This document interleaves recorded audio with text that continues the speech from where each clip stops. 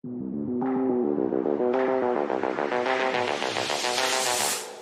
button.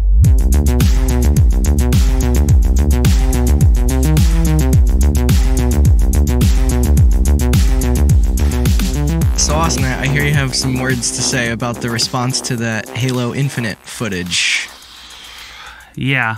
So At the Xbox Showcase? Is that what their events Showcase. are called? Okay. Yeah. So it looks like it plays like Halo 5, which is disappointing because I don't like Halo 5. There was no aim down sights or sprinting in it, though. They released another trailer, which I don't know why they didn't show it at that thing, that makes it look a lot more like Halo 2. Okay. They show the battle rifle. They're dual wielding in it? No. But they show the battle rifle. They show the energy sword, complete with the lunge. Yeah. I thought it looked cool. I think it looks like it plays really well. And I like But I was into the style. It's clearly a throwback to Yeah, it's a throwback to Xbox, the original Xbox graphics for Halo 1 and Halo 2.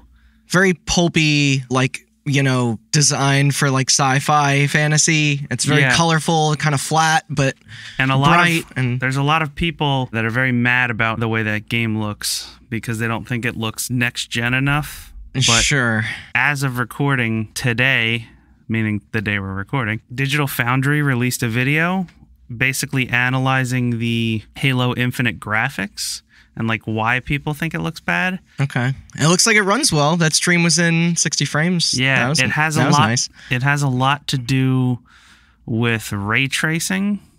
Who's that? And the Who's Ray? Who's Ray? What's he tracing? Light and sound. Whoa. Yeah. But basically, apparently there were some similar problems with Metro Exodus, because they built that game sort of around ray tracing, and when you build something for ray tracing, so like think about like they bring up The Last of Us 2 a lot. The Last of Us 2 looks incredible, and the lighting in that game is really good. Absolutely. Because the lighting is all baked in static. And ray tracing is all about doing dynamic lighting and dynamic shadows. Yes. And when you build something for ray tracing, you're obviously building it for dynamic lighting and shadows, so you don't bake in any static lighting and shadows. Yeah. And I mean, it should be said, as far as art design goes, that The Last of Us is going for realism. Sure. Much more than Halo. The thing about That's why it sounded mean when I said flat, but it's like it's intentional. Like it. Right, but the whole goal of that is to make it look like an updated version of Halo 1. Yeah, as relevant by the box art that they showed. Part of that, it has to do with the way the lighting works, because that scene was specifically, I don't know what the hell that was going through their heads. They were trying to show off the lighting because it was set at sundown or sunset. So the lighting was coming through the trees. There were a lot of shadows. And the problem with ray tracing is when something is standing in a shadow and it has flat textures like that, it looks awful without ray tracing because it's all one static shadow color. Gotcha. Which reveals the flat, like, because there's no light being diffused across the surface of the person's armor or something. That footage is also going to be a little compressed by the nature of watching it on a stream. Like compressed, and also apparently they came out and said that it was an older build and that the ray tracing is not fully implemented yet. I mean, you could argue that is a little bit deliberately their fault. They should have maybe... I was a little surprised they led with it, because a lot of the narrative around the Series X is that it is the most powerful console, like home platform in comparison to the PS5 specifically. So it's like weird that they would choose to present that game that way. Sure. After all this time of actually not seeing it in motion, but... Right. Well, I mean... Yeah, I don't know. You're never going to win that battle. That being said, that game looks fun. Like that's what I got out of that. That's what we were talking with our friend Andrew, who may be listening. I don't know. And one of the things I pointed out was that, like, you basically have this spectrum of graphics from realistic to cartoony, right? Obviously. And for whatever reason, the longer Sony as a company goes on, if you take Ratchet and Clank out of the equation, all those games God of War, the Naughty Dog stuff. Yeah. Realistic. They're going for realism, and everything Nintendo makes is just a Saturday morning cartoon that you can play. And like Microsoft is like doing this weird ping-ponging back and forth where sometimes they get real cartoony and other times they get real realistic. But even games that were started out realistic are slowly getting more cartoony. They're kind of settling in the middle, this niche in the middle where it's like, were more interesting and colorful than Sony, but more graphically impressive than Nintendo, like right in the middle. And I think we've gone on record before saying that we really like the artwork of Bungie games, but it's like there wasn't that. Well, that was 343. Well, I know, but it's still out of the blueprint is there. Yeah. But Destiny didn't have that same backlash. That's because Destiny had great lighting because it was all baked in. Oh, I mean, I will say that it meticulously done over fucking 6 years. Yeah. But I mean, that was the most Halo trailer ever. It was, and as a Halo fan, I'm super excited. The Warthogs the Warthog and the weapons and all that. The other online take that I have to, it's very on the nose. I take issue with is everybody being like, "Yep, it's more Halo." And I'm like, fuck you, assholes. You're going to sit there and tell me that Nintendo announces Shin Megami Tensei 5, and you're like, fucking A, man, let's go. And then they make the first Halo game that looks good since 2007, and you're going to be like, meh, they should have made it different. Fuck off. Let me have what I like, and you can go play your fucking Japanese game somewhere else. I'm fucking done with this shit. The funny thing is, even if you remove the more recent quote-unquote Halo games out of the equation, there still hasn't been a new one of those in 5 years. Also, I should it's mention, not as oversaturated. Reach and Halo 4 are good. They're just not as good as 1, 2, and 3. And 5 is atrocious. Yeah, but 5 did some things right. Sure, a lot of games do some things right. A lot of games also break my heart. They did that campaign real dirty, though. That's what I'm saying. Yeah. So, because of you people and your co-op, they're like, we got to build it around 4-player co-op. But also, we're going to take the split screen out, and then nobody wins. Yeah, but they made sure to not ever do that again because, they went back to when Gears 4 and 5 came out. They're like, no, split screens back, everybody. Yep. But I mean, I played through all the Halo games co-op. That's the way I want to play them. I played through a lot of them co-op too. I'm just saying they went in the wrong direction with 5 with Halo that shit.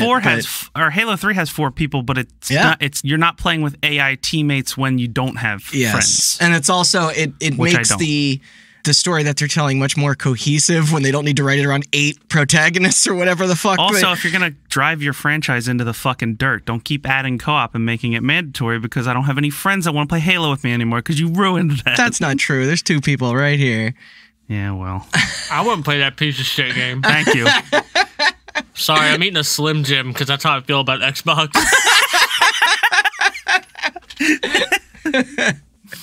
I'm just saying there's a right way to do co-op. None of that drop in and out bullshit. Listen, all I'm saying is that let me have my Halo.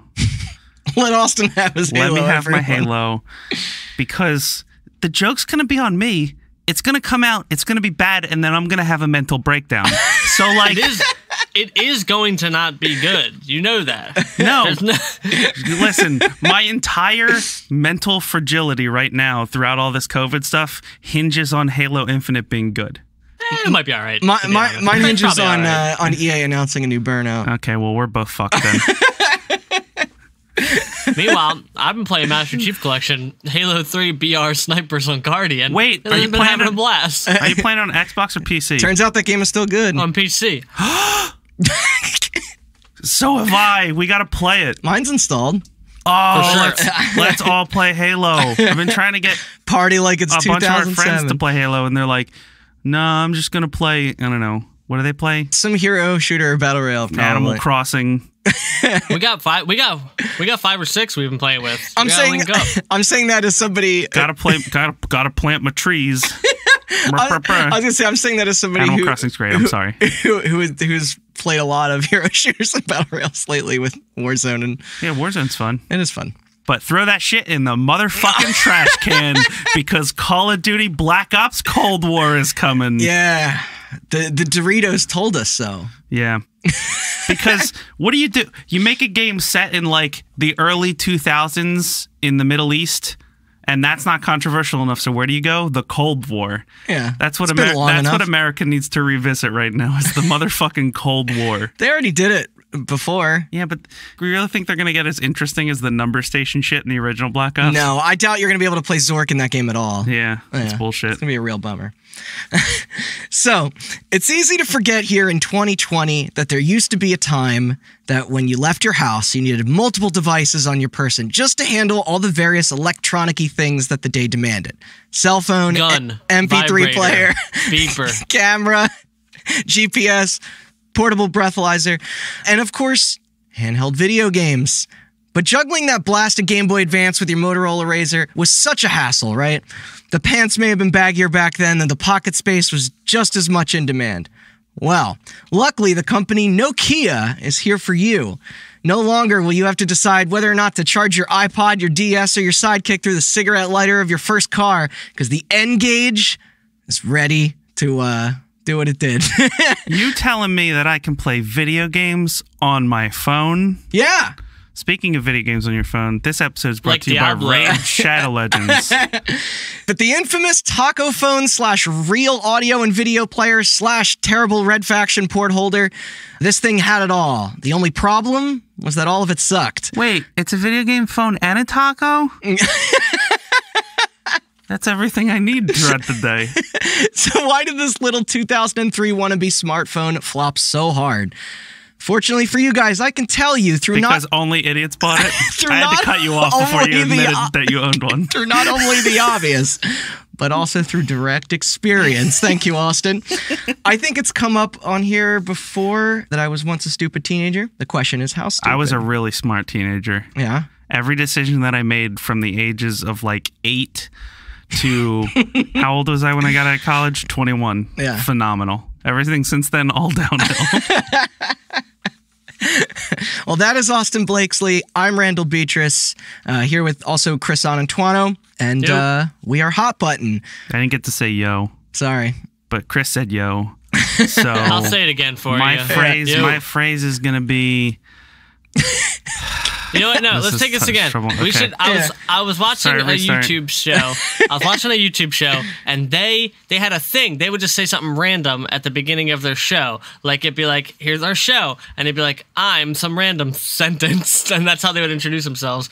So my today random sentence is gonna be, "Hello, I'm Chris. Do you remember Christoph Waltz's gun from the fucking?" The Green Hornet movie? Wait, the one with the 2 barrels? Yeah, you know how dumb that was? I liked that all the other characters in that movie kept making fun of him for it, and he was like, this was very hard to make. Michael Gondry wrote that movie. That's crazy. Or directed, right? Yeah. You remember the movie Wild Wild West? I've never forgotten it. It started out as a Superman movie? Yes, that's where the giant spider came from, right? That's my sentence. Now let's talk about that N-Gage. All right. So what do you guys say we reminisce a bit about mobile phones? I can't Oh, okay. Of the early millennia. I had... So that's what I was going to say. In a different fashion today, we're going to kick our topic off on a couple questions to get things started. Get the blood pumping and the brain neurons firing. I already have an erection. This is useless. Taking turns. Yeah. I already have a brain boner. So I think, Austin, you were already you're already about to get into it. But what were both of your histories with the mobile cellular devices? Run me through the timeline of upgrades from those school years. Ooh, okay. I had the old Nokia phone with Snake on it. Hell yeah, that will come up. Long time. I think it's the 350. Yeah, and then I had like a flip phone thing. Cool. It was like one of those. You remember the Matrix phones where it like slid down and the number pad was under? Yeah, the one from Reloaded. I always wanted it. It was like that, but it flipped out. So the bottom part when you did nothing. Okay. It was a stupid phone. It was just a plastic thing. It didn't. All right. It was a piece of shit. It sounds pretty cool to me. And then I had that for a while. And then as a birthday gift, I got a Motorola Razr. What color? It says a lot about your personality. Silver. It's like I'm an early adopter, dude. We'll get there. Silver. Yeah. And then I got a Crazer. That one was red. Wait, was there a successor to that called the Crazer? Yeah. I didn't know that. Wow. Sorry. It sounds like the real cell phone expert should be hosting the episode. Then for a while, my Crazer broke and somebody gave me an old LG chocolate. Yes. And I had one of those for a while, and then I got another Nokia flip phone. I always wanted the chocolate. I never got it. Yeah. That was because that was branded as mostly a music player as well. Like, yes. And then... Wait, what color was your chocolate? It was red. It was a hand-me-down. Okay. I also had a red phone. I didn't think that was your color. There's a lot of whatever the company will give me for free colors. I mean, I live my life that way now, so... Yeah. Well, not for free, but and then I wish. Most kids in our school, I should say, were getting cars for their 18th and 17th birthdays because that's when you get your license. What color? Homeboy got an iPhone instead, like a dummy. You made the right decision. So I had the original iPhone. And then by right, I mean... And then it's been iPhones ever since. Yeah. Ugh. I mean, I'm also stuck in that family. But how about you, Chris? I like my iPhone. I do. Actually, I have no clue what my original phone was. I just tried to look it up to see if I could see a picture of it, but like, it definitely was like classic non-flip, kind of just tanky, old school. Like, I think it was like a hand-me-down for my mom or some shit like that. Yeah, mine was a hand-me-down too. Then I remember having a flip phone very briefly. I think maybe early high school. It was my mother's again, and I remember breaking it in anger on my way home because I was an angsty teen. You showed her. Later high school, I got a sidekick because I had sex. Yes. So of course I had one of those cool things. I also had a sidekick. Damn, you guys already guessed. Is that why I didn't have any sex in high school? Yeah, you didn't have a sidekick, dude. Was it the crazer that did it? It was, yeah. Wasn't my personality? The sidekick was exclusively for people that got laid and drug dealers. Yeah. It was not. Yeah, it was not your personality. Tony Hawk had one. Yeah. Tony Hawk had one. I know he's straight edge, and that dude gets laid all the time. He's got like 5 kids. Apparently, a lot of journalists had sidekicks because they would quickly use that to write stuff down when they were at press events. You would just pop it open, and every man and woman wearing girl jeans in the vicinity would just be instantly turned on. Just to give you a little idea of the people that were around me and my own. And then I guess I remember having an iPhone earlier years. It wasn't the first one, but it was well within the first couple. Okay. And then I had iPhones for a while. I remember having that one that was when they put out the multicolored light green, light blue. Yes, yellow, that was the C. ones. That was the 5C. Yeah, Right? I got one of them because I thought the blue was so fucking cool. What are you rocking now? Now I have a Galaxy S9 Plus. Okay, not one of the ones that explode, right? No. Just like a generation and a half past that. It worked out the kinks. I think I had an HTC phone for a while. That was the first non-iPhone or Samsung I've had, and it was really awesome. It functioned really well. It was pretty high end at the time. I had a good job. It lasted me a long time until I dropped it. Course, but that's cool. I mean, it began for me on an old Nokia brick, just like Ostad. Mine was passed down from my mom as well, similar to Chris. This was when you pulled out the antenna and all that. Played some Snake. I didn't have any friends. I just played Snake. The best handheld game. Better than Tetris, some might say. Not true, though. There was a really great version of Tetris on the Razor. Honestly, there's a really great version of Rainbow Six 3 on the Razor. Oh, I think I'm gonna say there's a good version of Tetris on mobile now, and no, there isn't. Yeah, there is. And the HQ you can win money playing it. Yeah. That's it. That's the end of that sentence. Not doing that with a touchscreen. God, it's so much easier though, dude. You just swipe this pieces left and right, and then you swipe down to drop. You're hurting and my soul. And if you tap the screen, it turns the piece. Do you want me to bring up Halo 5 again? You can't turn it in both directions, but who does that in Tetris anyway, right? So I had this Nokia phone. This was I believe it was maybe my freshman year of high school. And then it was the Razor, like everyone else. Had to fit in. Mine was red. I never got that chocolate or that Matrix phone. After that, after this is actually the subject at hand, which we'll get into in a second. The dark middle chapter of my life with cell phones, if you will. Then I upgraded to one of the later T-Mobile sidekicks because they released a few different versions of it, which I absolutely loved. Then I broke it when it flew off the dashboard of my open-top Jeep. And then there was a blue Sony Ericsson semi-smartphone. This was while everyone else was busy enjoying the future with apps. Yeah, can I do my impression of you from that era? Why would I need a smartphone? Why do I need the internet when I'm on my phone? That was you. You said that at one point. You know, also I do recall a time where I was in your Jeep with you, and you drove it into the duff fields, up onto the curb and into the field, into the dirt. It was a Jeep. I can handle it just fine. Oh no, I had a good time. I'm not complaining. It was a memory I have. Yeah, like if you get a Wrangler, you beat it to shit. That's what you're supposed to do. Not yet. Oh, so then finally, you and your roommate can just do a Jeep cast and talk about how much you like not having roofs on your cars or whatever. Jeep people like. Every time that magazine gets delivered to my house, he's like, "The new winches are here." just starts reading it, and Ada's like, my other roommate, she's like, "We need some new reading material on this table." Cause like, the other day I went over your house, and you're just like, "All right, it's reading time," and you just had a stack of old time magazines. And then, like One Lonely Entertainment Weekly.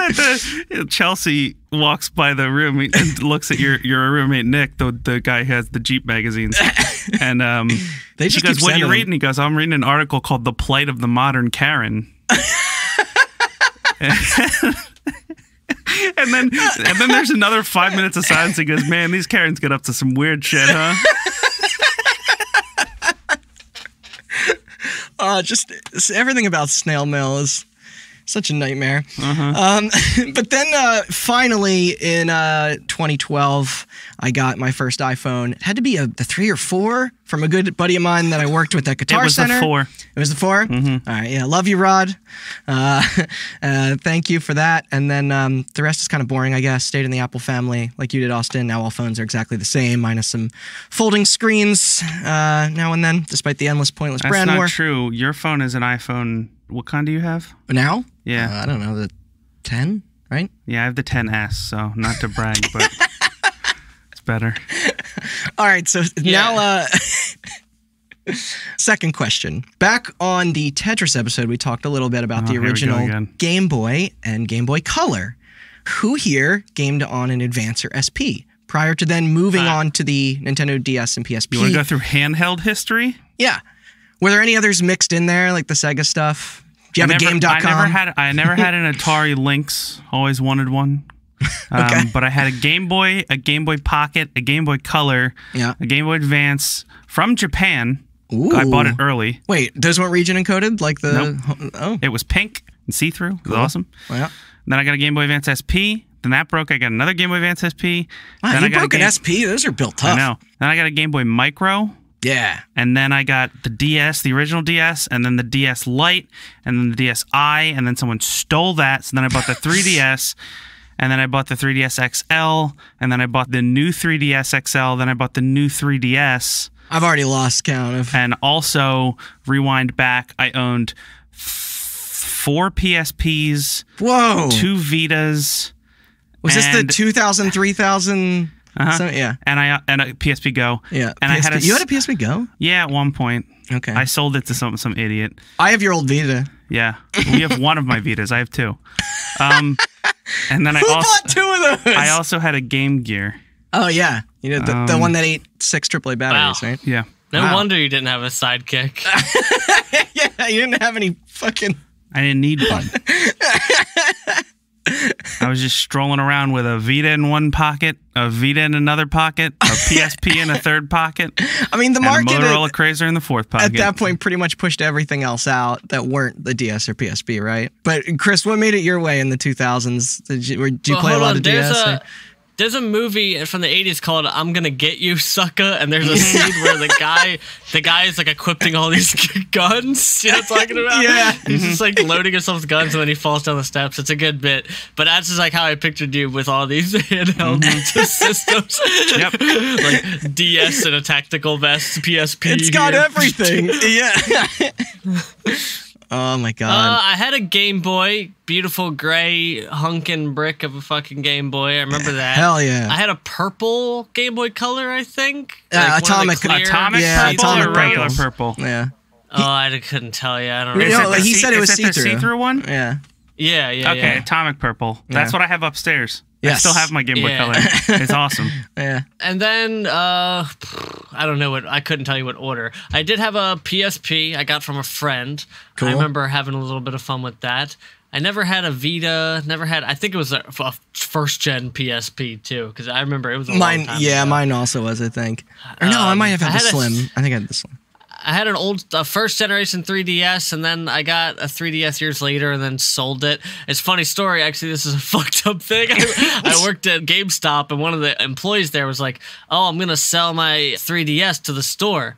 And I was like, "Oh, don't do that. Like, you ain't gonna get shit for it. Yeah. Like, I'll buy it off you. I want to play it." And he's like, "Okay." So he's like, "Well, how much was I gonna get here?" I typed in the system, and he's like, "It's like $65 or whatever." I was like, "All right, I'll give you $66." I thought you were gonna at least say 70. No, I paid him literally $1 more than GameStop. Did you get it? Did you get it at the counter? Because I remember one time. What do you mean? I did that. Where I went into GameStop and I had this game and it was like a rarer game and I didn't know. And the guy at GameStop was like, "Holy shit, you have this game?" And he took. Oh, now I want to know what it was. He looked into the. It was fuck, I don't remember. Stubbs the Zombie. No. Damn. It was something for GameCube. Oh, they're all rare, so it could have been anything. But I went to trade it in and he was like, "You have this game?" I was like, "Yeah," and he typed it into the system. It wasn't in it. And it was like. I think Call Manager. On eBay, that game was like $60 and GameStop was going to give me $20. And he was like, "I'll cut the difference and give you $40 right now." And I was like, "Okay, cool, totally." Sure. And he goes, "All right, meet me outside. I got to take my break." Was there a Coke bag inside of the box? It was like a they'll fire you on the spot for doing that. No, you're so right. Guitar Center is similar. Transactions would go down. I did that. I bought shit off of people all the time. Fuck GameStop. Yeah, absolutely. No, this was another employee. We did it right on the spot. Whoa! But don't say fuck GameStop. Where am I going to get my pop vinyls? Anywhere else? Hot Topic. That lunch. Wait, what's the box lunch? Are they still around? Who cares? I don't know. Isn't the mall dying? The mall's been dying. It's on life support. But nobody had a 2DS. No, well, I'm getting to that. I just bought the new 2DSs, or maybe it's not a 2DS. It folds. Oh, closed. yeah, no, that's the new 2DS. Those are actually great. Yeah. It gets rid of all the bullshit features you don't actually need or want. Yeah, I just bought one mid to late last year. It felt pretty shitty quality at first, but it's actually pretty good. Like it's definitely stood up the test of time. It's got to be better than the hinges on the first 3DS. Mine broke. Yeah, mine too. No, mine got loose, and then I traded it. Playing too much Steel Diver. All right, so this might shock y'all, but post the Game Boy Color, I actually did not own an original Advance at launch. I borrowed a friend's. Oh, I had one of those too. Yeah, I'm done. I'm done. I didn't. It wasn't until the SP came out that I really dove into that space. If we haven't brought it up here before, which I'm sure we have, the SP fucking ruled. Backlit screen, chargeable battery that lasted forever. The clamshell design that could fit anywhere. I don't remember it being too expensive either. In fact... It was no PSP. I had a silver one. It was the price of this is actually going to come up in our story, which is wild. Of course, there wasn't much to come back to when the DS released, since you could play advanced games. I did have one of those at launch. PSP took me a little later due to the price, but I liked them both very dearly. So the N-Gage, stylized as N-Gage, spelled without the U. So hip. It began its journey in the idea phase internally at Nokia around the year 2000, with R&D teams wanting to seize the concept of combining those pesky video game devices with those pesky cellular devices, thus uniting the two worlds, finally freeing your needs of having to fumble around with more than one portable electronic forever. Or so they thought anyway. It was initially codenamed Starship, and just like the band of the same name, it was... preparing itself to be a smash, which, as funny as that sounds, wasn't actually the most unrealistic pitch for success. I don't know if you guys remember, but Nokia was fucking huge in this era. Like, pretty much since and get this name, the Cityman 900 was released in 1987. That's my favorite early 90s metal band. That they became instantly respectable in that market. It's the precursor to Power Man 5000. That was a joke. It may have weighed almost 2 pounds, but it was still revolutionary in getting us to where we are today. By the time of where our story really starts, they had already sold over 100 million cell phones across the entire, across their product line. Isn't it wild how dead both them and Motorola are. Yeah, we'll get there. So people did have a reason to listen. Now, I know that isn't really related to video games, but hey, Sony and Microsoft entering the space came off pretty crazy at first, too. Plus, they only get richer and more powerful with the launch of the models at the turn of the century, which we talked about. I think it was the 3310. That's the classic brick phone that you mentioned before, Austin. What a creative name. Yeah. The mobile phone industry was practically theirs, really. Nothing with handheld games, though, of course. That was all Nintendo, who stomped any competition that dared to threaten them. Maybe their version of Snake made them cocky. Who knows? But still. It was a good version of Snake. It was. And they wanted a piece of that pie. So with the Starship Initiative, they truly start their plan to invade it. The Game Boy Advance was making money over fist in 2001. Even at its launch. So it's safe to say that they were probably seeing green. That's when they hire up, fund the division, and get rolling on the list of features their new fighter in the ring is going to have. Unfortunately, there isn't exactly much information about the development itself, but some later reports have said it was fairly standard, quick. They're Finnish. Yeah. Right? So probably like a lot of free healthcare and yeah, go ahead. Say one more thing about Finland. Eating a lot of licorice and but playing hockey. Gotcha. So in this field, you kind of have to be fast, right? And honestly, it wasn't totally half-assed or anything also, either. I love the Scandinavian countries. Big fan. Yeah, you'd fit right in there. Shout out to all of you, Sweden, Iceland, Finland, Denmark.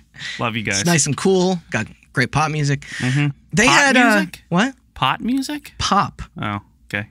You just hear what you want to hear. Pot music, though. Yeah, yes, I want to hear about weed, please. So they had people on staff reaching out to major game publishers for deals. They had other folks often in keeping in touch with retailers about the future stocking as well.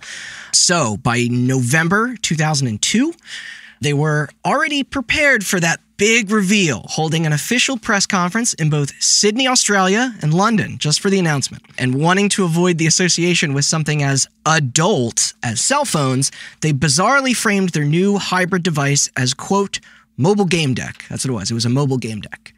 Not a cell phone, not a video game console. Mm-hmm. It's a deck. That's cool. That's like some cyberpunk hacker shit.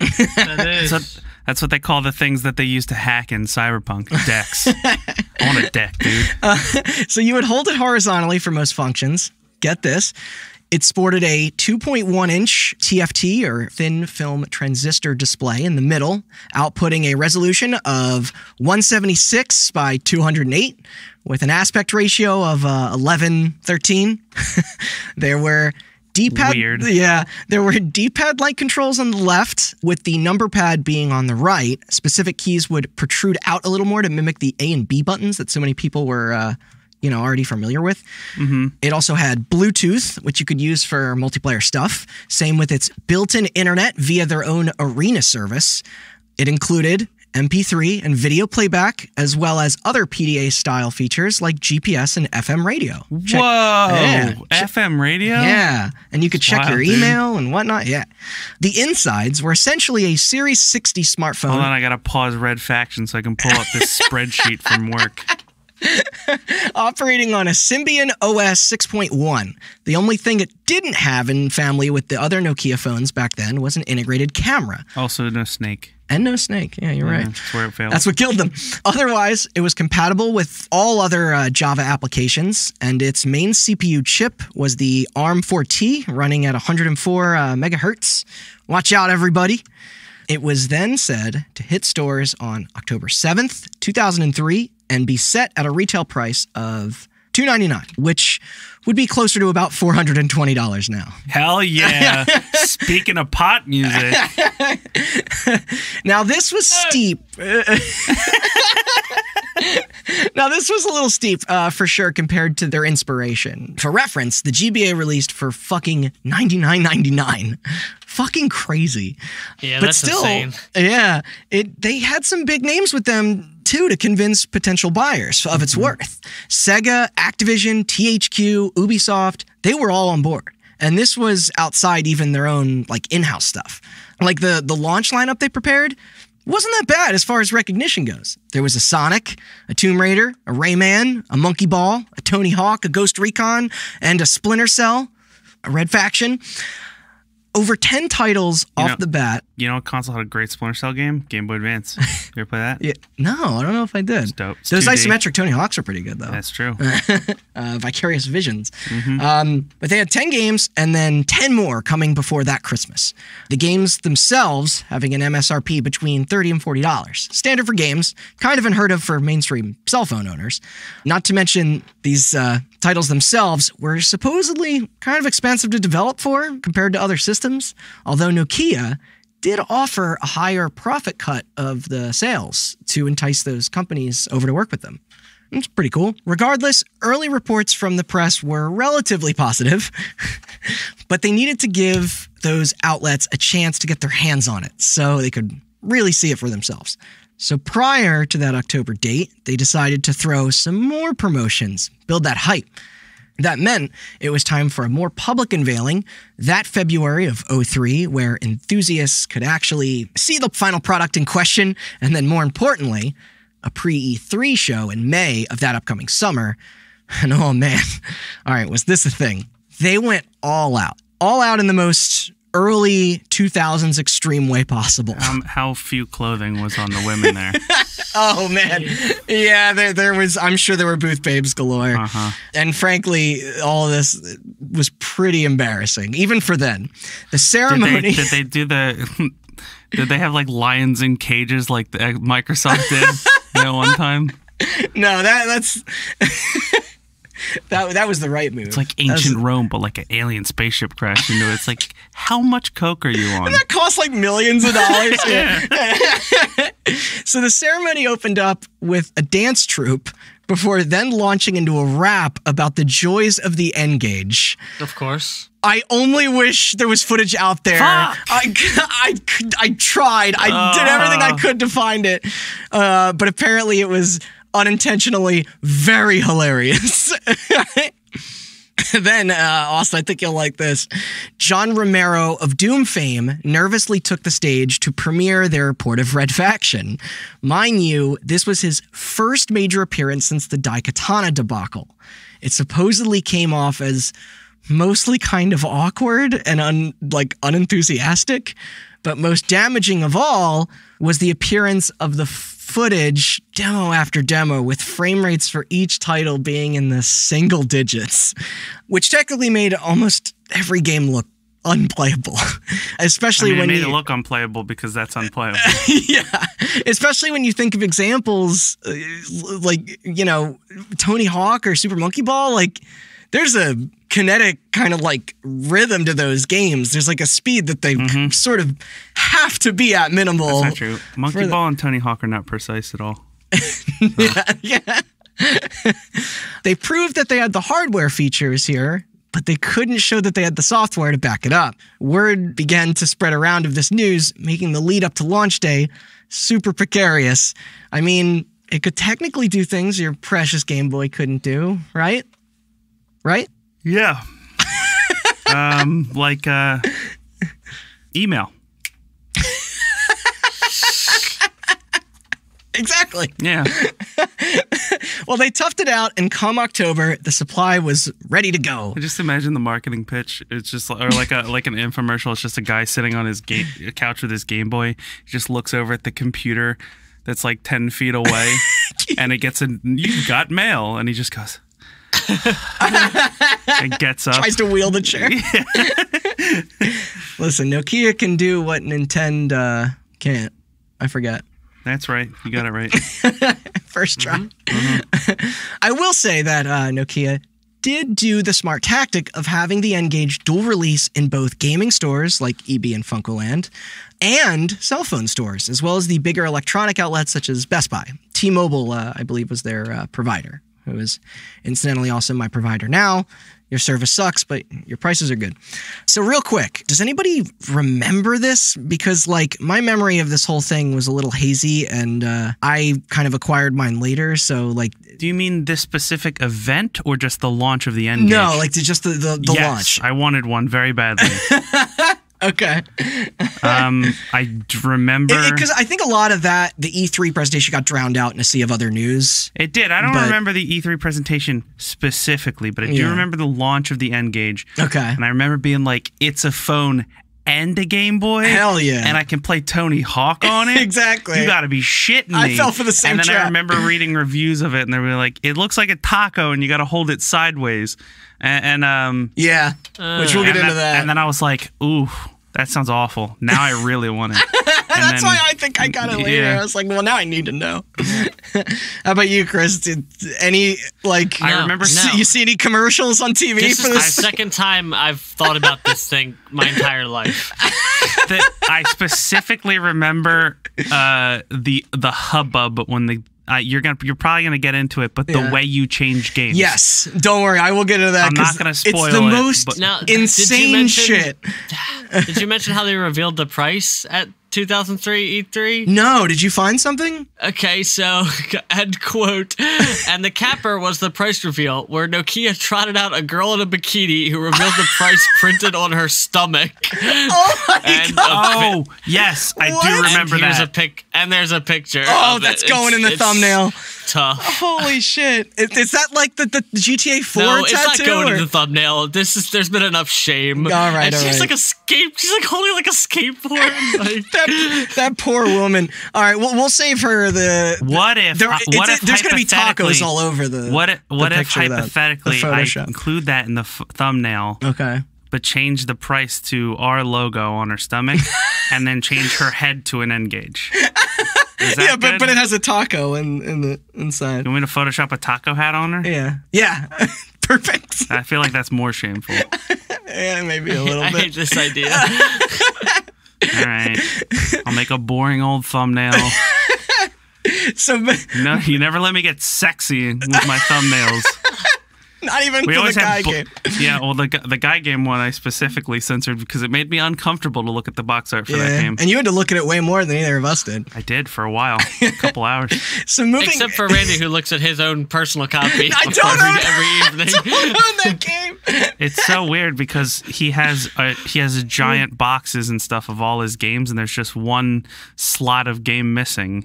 And I always go, it looks like there should be a game there. And he goes, what are you talking about? And then he locks the door. I mean, incidentally, we were playing BMX XXX not even 24 hours ago. Yeah. And you sat there and unlocked all the stripper videos with the cheat. And then watched them all one by one.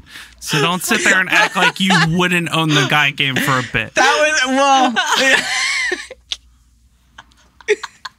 I had to entertain a room full of people. It was the only way I could think of. If you want to entertain a room full of people with scantily clad women, just Google image or some shit. I don't know. Listen, my roommates are a tough audience.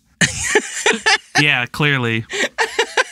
It goes back to our story earlier where they were reading Time magazine for like an hour. Real tough audience. They are degenerate. They are adult degenerates. So this all scans.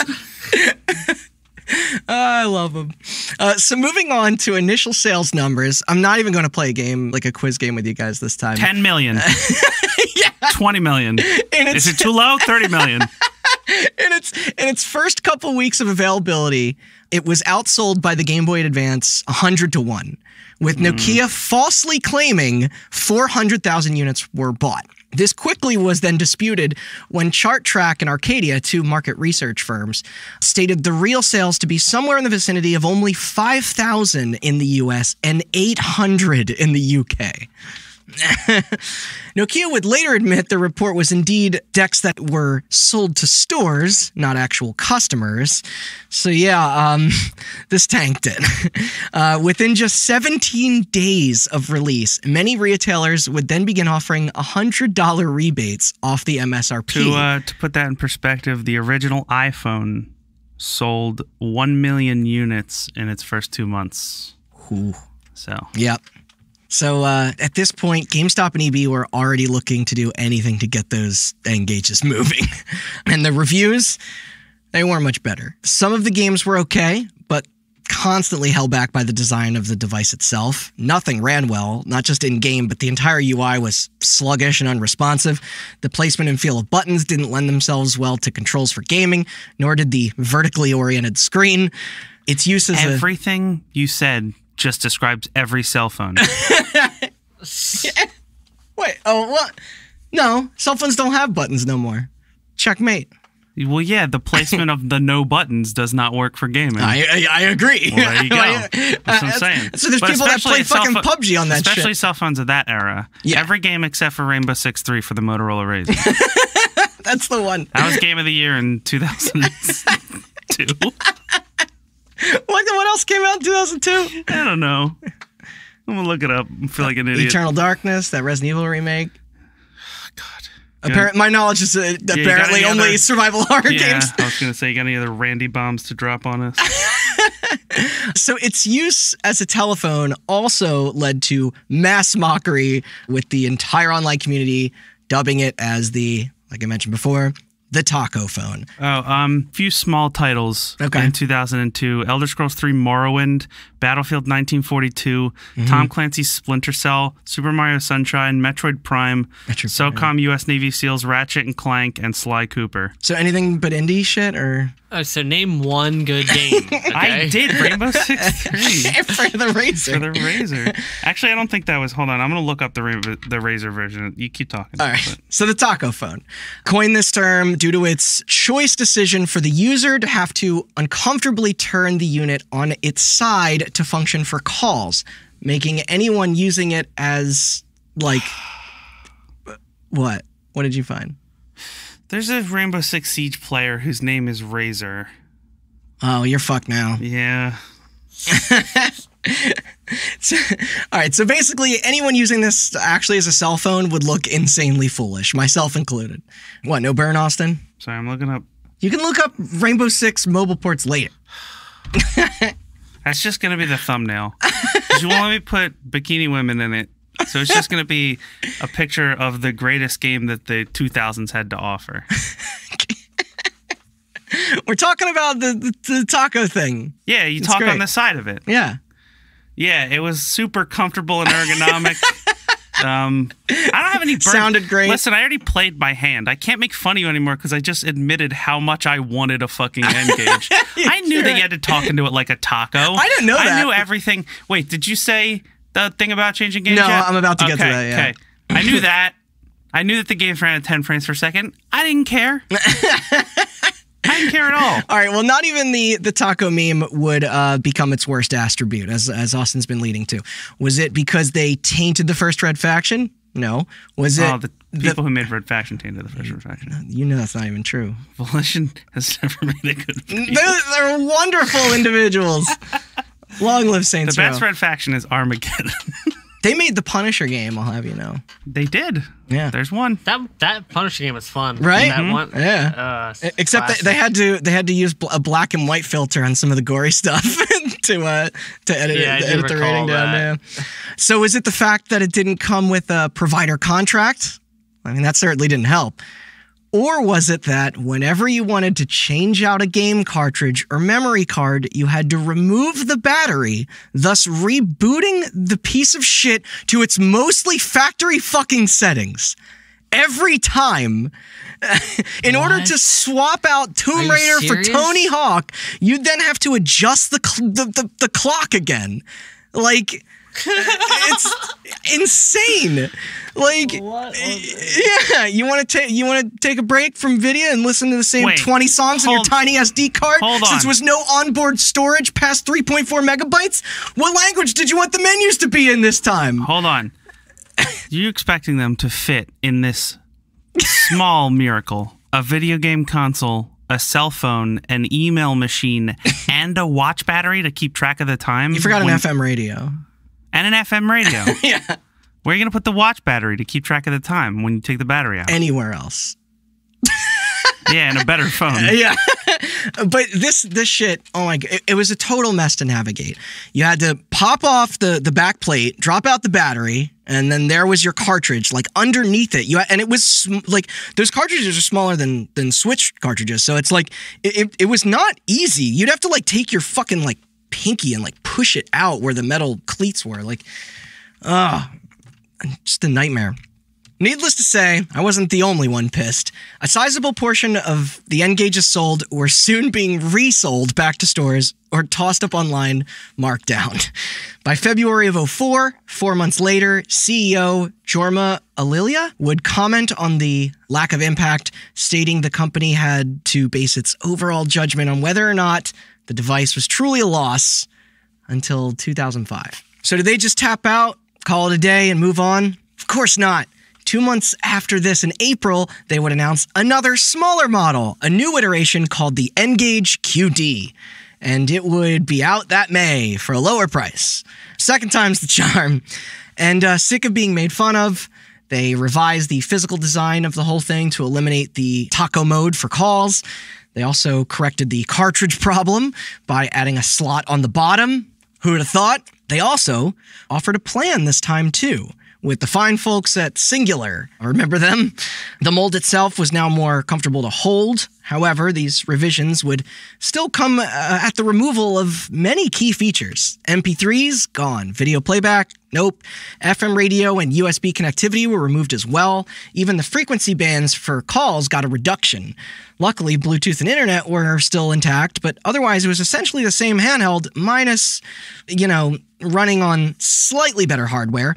Oh, and the sound was also in mono now, rather than the original stereo. Who needs stereo, So there you have it. Move the earpiece, make the D-pad less mushy, and trim out the fat of selling points. And also, I guess, make it in some different colors, I guess, which these were pretty ugly. I don't know if you saw them. There's like an orange one. Oh, I know what the N-Gage QD looks like. Okay. You don't got to tell me. So instant hit, right? It did review higher than the initial one, but it still wasn't exactly bringing tons of new people in. The game releases began to spread out more as well, making the future ahead for it look, I don't know, kind of dicey. You can buy one on Amazon right now for $1,900. Who's that asshole? Jeez. I just want to message them and Although, by this point, they did get a Call of Duty along with its own MMORPG that was actually highly rated, like more than you would think. Then, by November of 2004, something else would happen to quicken its downfall even faster than its race to the grave already. The Nintendo DS would come out. But then again, this wasn't a huge deal. Yeah, right? It only sold like 154 million units. Who cares? It didn't even have a phone in it.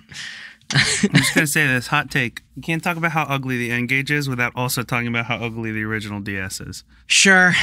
It was the ugliest piece of hardware Nintendo has ever made. I don't know about the ugliest, but it's up there. I mean, the Virtual Boy. No, that thing looks dope. We recently talked about, but that thing's awesome. Yeah. It's like a fucking Total Recall After prop. Chris did that episode, I've fully come around on it. Yeah, I think it's great and I want one. You want to go halvesies on one? Yes. Okay. I need more headaches in my life. Yeah. How about you? I'm used to them. I have them frequently, if not constantly. So, and what's it going to do? Make my eyesight in my head worse? Joke's on them. I can't see anything. Meanwhile, the second nail in the coffin for the little taco that could, named the PlayStation Portable, was also set to hit the market. Yeah, damn right. That's the final nail in the coffin. You ever play Twisted Metalhead on? Yeah. Game rules. But I mean, that's the thing, though, is that the PSP had the multimedia feature set and branding to go after the audience that executives at Nokia desperately wanted, Well, I'm going to say this now. I'm curious if you're going to bring this thing full circle. Because if you don't, I will. Okay. Well, I'm getting close to our ending here. It really started to seem like things were over for the N-Gage. 1 year later, in November of 2005, company Nokia would officially admit that the venture was a failure. Far missing financial expectations or name reception. The product was then discontinued from Western markets, with European and Asian markets following suit a bit later, although it never actually came out in Japan, oddly enough, despite their growing interest in that sort of product. Its last game was a version of Civilization, bringing its total library to 58 titles. By 2007, it was eventually said that about 3 million Nokia N-Gages were purchased worldwide. I would say that one of them was me, except I got it used.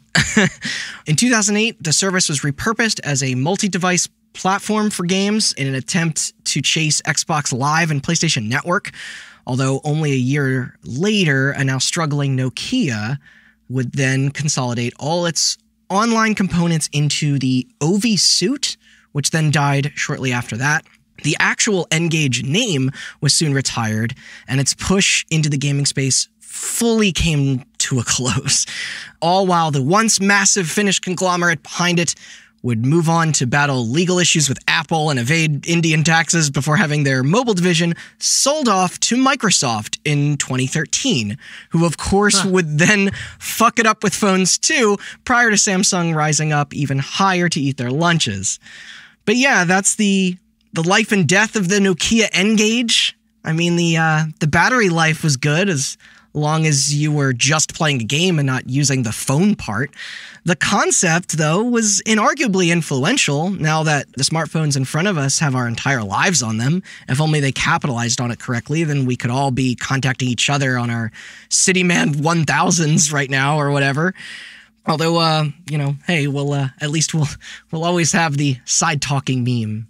Thanks to the N-Gage. Taco phone. Do you remember that? Mm-hmm. Everybody kept posting pictures of themselves holding like big devices and electronics just turned sideways on their heads against their ear. It was a good time for all right. So what internet subcultures back then. What I meant with bringing it full circle was you didn't bring up the Xperia Play. Oh, Xperia Play. Okay, so the Xperia Play was an Android phone that slid up in a similar way to the LG Chocolate. Like the screen slid sideways. Yeah. Did it flip? And it like it slid up, and under it was the controls from the PSP Go. Oh, so shit! Was that a joint partnership of some kind, or because it actually had the triangle? No, it was made by Sony Ericsson. Oh, okay, that makes sense. I do remember that. Yeah, and that thing also failed spectacularly. And I wanted one of those too. So fun story. I went on eBay. Okay. And I was 3 seconds away from being the winning bid on an N-Gage QD. Ooh, wait, how much were you throwing in for that? Like nothing, like $50. Because this was right after it failed. Could you still activate one? Yeah, I had presumably, AT&T. All right.